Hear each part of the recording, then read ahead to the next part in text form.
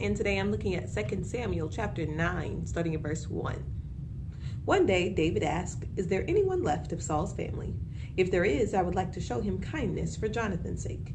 There was a servant of Saul's family named Ziba, and he was told to go to David. "Are you Ziba?" the king asked. "At your service, sir," he answered.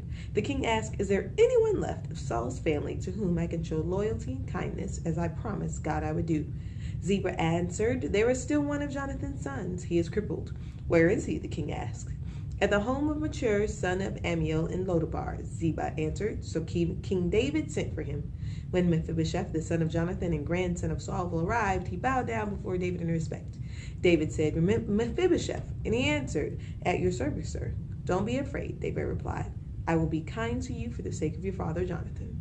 I will give you back all the land that belonged to your grandfather Saul, and you will always be welcome at my table."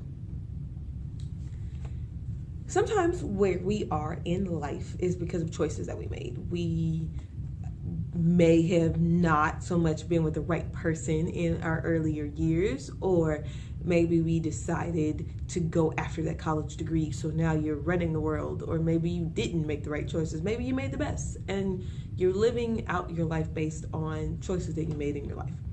Sometimes we are living in situations and circumstances and seasons that had absolutely nothing to do with us. It might be that you come from a lower income family, or maybe you come from a super high income family. Maybe someone lied on you. Maybe someone promoted you. You get to walk in a circumstance or situation totally not based on a choice that you actually made. The wonderful thing about that is that we actually get to be that for other people. In this scenario, we're looking at Mephibosheth, who actually is crippled, not because of a choice he made.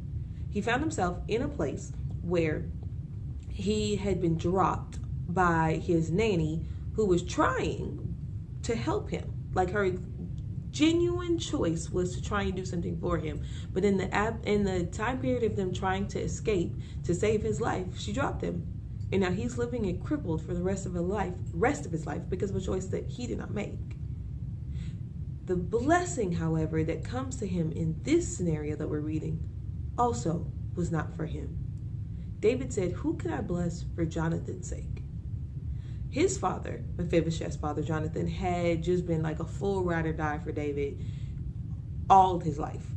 Saul, Jonathan's father, was all about trying to kill David. He didn't get there, but he tried like with every power of his being to make sure that David did not live another day. By the grace of God, because that was going to be a future king, David continued to live, but it was not because Saul did not try.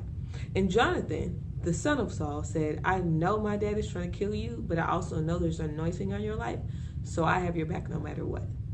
So years later, David goes, "Jonathan forever was ride or die for me. There's gotta be somebody in his family I could bless." Some of us did not come from a home where we had people in our lives who were like, "Yay, you can do it." But we have the opportunity to be that person in your corner now. There are people in your world right now can be blessed because of you.